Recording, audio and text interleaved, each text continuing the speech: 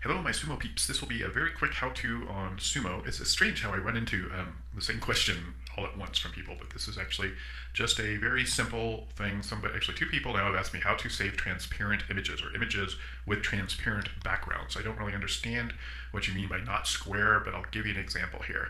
If we open up Sumo Paint, and just for fun, let's just open from my computer. I have one of my images ready to go. So File, open from my computer, and I've got this image that I made quite some time ago. But let's just say we wanted to just save that globe. We wanted to cut that out of the picture and just save that. Well, there's two ways we could do that. We could either take the selection tool and choose circular like that and get it as close as we could and kind of go like that, save a circle, but we're not going to do that. So let's go back. Let's use the lasso, kind of choose this, whatever this is, the polygonal lasso tool. We select an area of it and just kind of go. I'm going to do this really rough. Obviously, if you're doing this for yourself, you want to do a better job, but I'm just trying to show you this quickly. Actually, I'm doing a really bad job, but I want this video to be less than a couple minutes. So if you wanted to do this nicer, you would obviously take more time, but I'm not going to because I want this video to be done. Okay, so there we have our selection. You can see the blue line around here. Now let's say we wanted to just sort of cut that out or save that as an object with a clear background. So we've got it selected, the lines are blue. Go up here to File, Edit, Copy, Edit, Paste. And what we've done is we've created a new layer with just what we selected there. So obviously I did a bad job. Probably if I had done this, I would have done the circular tool to get a better edge, or I would have cut it off closer so I wouldn't have got all those edges on it. But if we wanted to save that to my computer just like that without that other image, we'd hide the other image. We want to cut that off, turn that off. So we want to save just what we're seeing here.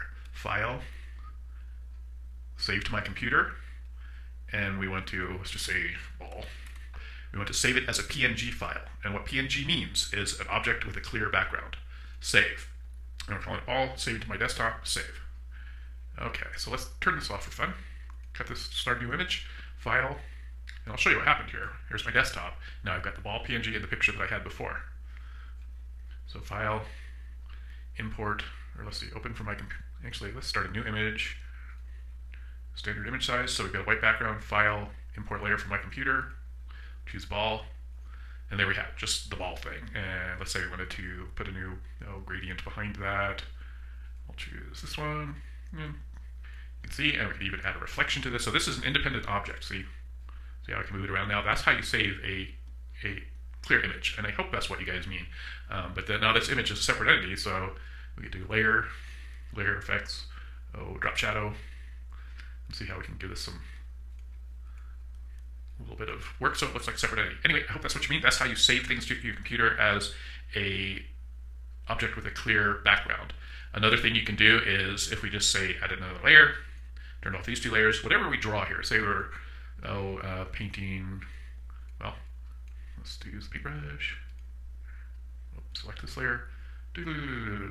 Okay, whatever that is, whatever I just drew, file, and because I've got the other two layers turned off, save to my computer, untitled image as a PNG, save to my desktop, save, and voila, if I close out of this, I have that image with a clear background so I could use it in any other image. Hope that works. Have fun. Bye.